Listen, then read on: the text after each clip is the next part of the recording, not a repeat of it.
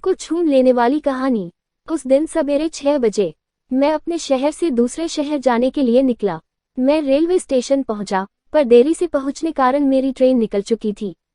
मेरे पास 9.30 की ट्रेन के अलावा कोई चारा नहीं था। मैंने सोचा कहीं नाश्ता कर लिया जाए। बहुत जोर की भूख लगी थी। मैं होटल की ओर जा रहा था। अचानक रास्ते में मेरी नज़र फुटपाथ पर बैठे 2 बच्चों पर पड़ी। दोनों लगभग 10-12 साल के रहे होंगे। बच्चों की हालत बहुत खराब हो चुकी थी। कमजोरी के कारण अस्थिपिंजर साफ दिखाई दे रहे थे। वे भूखे लग रहे थे। छोटा बच्चा बड़े को खाने के बारे में कह रहा था। बड़ा उसे चुप कराने की कोशिश कर रहा था। मैं अचानक रुक गया। दौड़ती भागती जिंदगी में ये ठहर से गए। जीवन को देख मेरा मन भर आया। सोचा इन्हें कुछ पैसे दे दिए जाए। मैंने उन्हें 10 रू देकर आगे बढ़ गया। तुरंत मेरे मन में एक विचार आया, कितना कंजूस हूं मैं। 10 रू क्या मिलेगा, चाय तक ढंग से न मिलेगी। स्वयं पर शर्म आई, फिर वापस लौटा। मैंने बच्चों से कहा, कुछ खाओगे?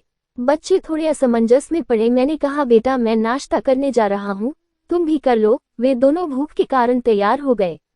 उनके कपड़े गंदे होने से होटल वाले ने डांट दिया और भगाने लगा। मैंने कहा, भाई साहब उन्हें जो खाना है वो उन्हें 2 पैसे मैं दूंगा। होटल वाले ने आश्चर्य से मेरी ओर देखा। उसकी आंखों में उसके बर्ताव के लिए शर्म साफ दिखाई दी।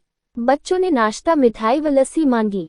सेल्फ सर्विस के कारण मैंने नाश्ता बच्चों को लेकर दिया। बच्चे जब खाने लगे, उनके चेहरे की खुशी कुछ निराली ही थी।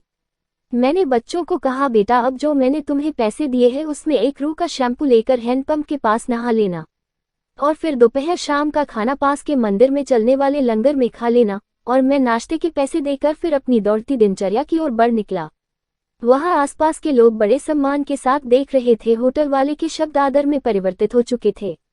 मैं स्टेशन की ओर निकला। थोड़ा मन भारी लग रहा था। मन थोड़ा उनके बारे में सोचकर दुखी हो रहा था। रास्ते में मंदिर आया। मैंने मंदिर की ओर देखा और कहा, हे भगवान, आप कहाँ हो? इन बच्चों की ये हालत, ये भूख, आप कैसे चुप बैठ सकते हैं? दूसरे ही क्षण मेरे मन में विचार आया, पुत्र अभी तक जो उन्हें नाश्ता दे रहा था वो कौन था? क्या तुम्हें लगता है तुमने वह सब अपनी सोच से किया? मैं स्तब्ध हो गया। मेरे सारे प्रश्न समाप्त हो गए। ऐसा लगा जैसे मैंने ईश्वर से बात की हो। मुझे समझ आ चुका था हम निमित्त मात्र है, उसके कार्यकलाप के वो महान है। भगवान हमें किसी की मदद करने तभी भेजता है जब वह हमें उस काम के लायक समझता है। किसी मदद को मना करना वैसा ही है जैसे भगवान के काम को मना करना। अतः आपको कोई भूखा या लाचार मिले या आपसे कुछ खाने के लिए मांगे तो आप अपनी सामर्थ्य अनुसार मदद जरूर करें, क्योंकि स्वयं भगवान ने आपको इस काम के लिए चुना है। चलिए आज की सुहानी सुबह का शुभारंभ करें कुछ इसी संकल्प के साथ कि भिक्षावृत्ति को हम बढ़ावा ना दें, लेकिन अशक्त, लाचार और भूखे की मदद हम जरूर करें। ईश्वर से प्रार्थना हमें सद्बुद्धि प्रदान करे और इस लायक बनाए।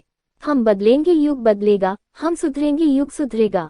पहले अपना आप सुधारे। आओ यारो, मिलजुल कर हम मानवता का रूप निखारे।